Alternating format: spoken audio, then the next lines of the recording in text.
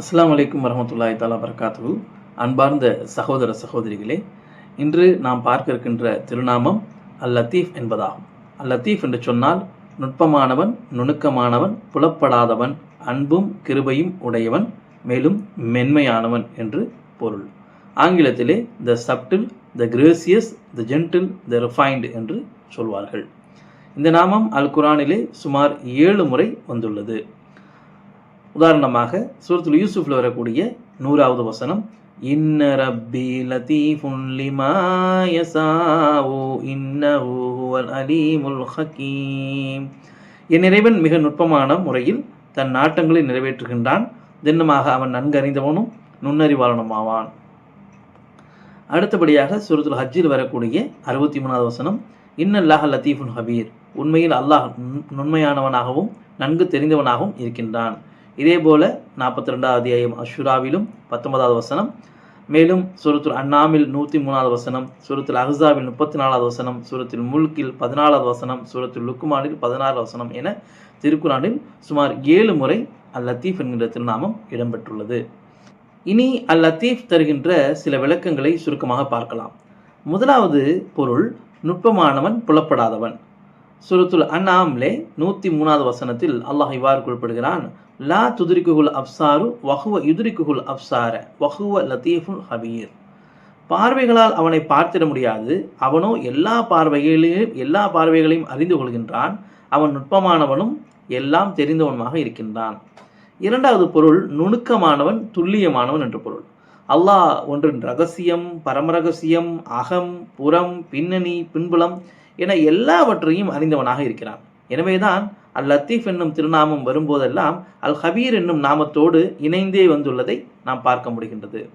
மூன்றாவது பொருள் அன்பும் இரக்கமும் கிருபையும் உடையவன். தன் அடியார்கள் மீது அன்பும் இரக்கமும் கிருபையும் உடையவனாக அல் லத்தீஃப் என்னும் அல்லாஹ் இருக்கிறான்.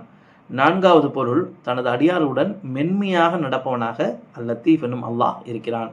இந்த கருத்தை நாம் மிக விரிவாக பார்க்க இருக்கிறது. தனது அடியார்களுக்கு சிரமம் கொடுக்கக்கூடாது என்பதற்காக மார்க்கத்திலே அல்லாஹ் இலகுவை ஏற்படுத்தியிருக்கிறான்.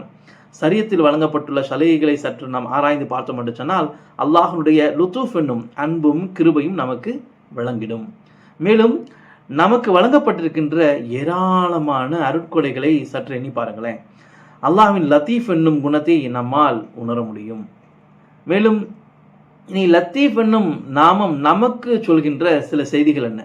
அல்லாஹ் லத்தீஃப் நுட்பமானவனாகவும் நுணுக்கமானவனாகவும் இருக்கின்றான் இல்லையா? எனவே எப்போதும் அவனது கண்காணிப்பில் நாம் இருக்கின்றோம் என்பதை மனதில் கொண்டு நாம் செயல்பட வேண்டும். அல்லாஹ் சூரத்துல் முல்கில் 14வது வசனத்தில் சொல்வது போல, அலா யஹ்லமு மன் ஹலக வஹுவல் லத்தீஃபுல் ஹபீர். எவன் படைத்திருக்கின்றானோ அவன் அறிய மாட்டானா என்ன? அவன் நுணுக்கமானவனாகவும் நன்கு அறிந்தவனாகவும் இருக்கின்றான். எனவே அந்த அல் லத்தீஃப் அல்லாஹ்வுடைய கண்காணிப்பிலே நாம் இருந்து கொண்டிருக்கிறோம் என்கின்ற உணர்வோடு நம்முடைய ஒவ்வொரு நிமிடமும் வாழ வேண்டும். அல்லாஹ் லத்தீஃப் அன்பும் கிருபையும் கொண்டவனாக இருக்கின்றான். அதனால் இவ்வளவு அருட்கொடைகளையும் அல்லாஹ் நமக்கு தந்துள்ளான். எனவே அவன் மீது அளவிலாத அன்பு கொண்டவனாக, அவனில் அதிக அன்பு கொண்டவர்களாக நாம திகழ வேண்டும். அல்லாஹ்வுடைய அன்பையும் கிருபையையும் பெற்றுக்கொள்வதற்கான வழி என்ன? அவனுக்கு அடிபணிந்து குனிந்து வழிபட்டு அவனிடமே முழுமையாக சரணடைவதுதான் அதற்கான வழி.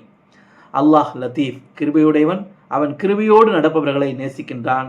எனவே அனைவரோடும் கருணையோடும் கிருபையோடும் நாம் நடந்து கொள்ள வேண்டும். அல்லாஹ் லத்தீஃப் மென்மையானவன். ஆகவே அல் லத்தீஃபுடைய அடியார்களாகிய நாம் அனைவரோடும் மென்மையாகவும் இங்கீதமாகவும் நடந்து கொள்ள வேண்டும். ஆகவே அருமைக்குரிய நண்பர்களே, சகோதரர்களே, சகோதரிகளே, நாம் அல் லத்தீஃப் என்னும் அல்லாஹ்வுடைய குணங்களை மிகவும் விரிவாக பார்த்தோம். அவன் நுணுக்கமானவனாகவும் நுட்பமானவனாகவும், அவன் மென்மையானவனாகவும் கிருபையாளனாகவும், அவன் கருணையாளனாகவும் இருக்கின்றான். எனவே அந்த அல்லாஹ்வுடைய அன்பையும் அருளையும் எந்நாளும் பெறக்கூடிய நற்பாக்கியத்தை சொல்கின்ற எனக்கும் கேட்கின்ற உங்களுக்கும் வல்ல ரஹ்மான் தந்தருள்வானாக என்று பிரார்த்தித்தவனாக நிறைவு செய்து கொள்கிறேன். வாஹிர் தவானா அல்ஹம்துலில்லாஹி ரப்பில் ஆலமீன். அஸ்ஸலாமு அலைக்கும். ஹுவல்லாஹு அல்லதீ லா இலாஹ இல்லா ஹு ஆலிமுல் கைபி வஷ்ஷஹாதஹ் ஹுவர் ரஹ்மானுர் ரஹீம்.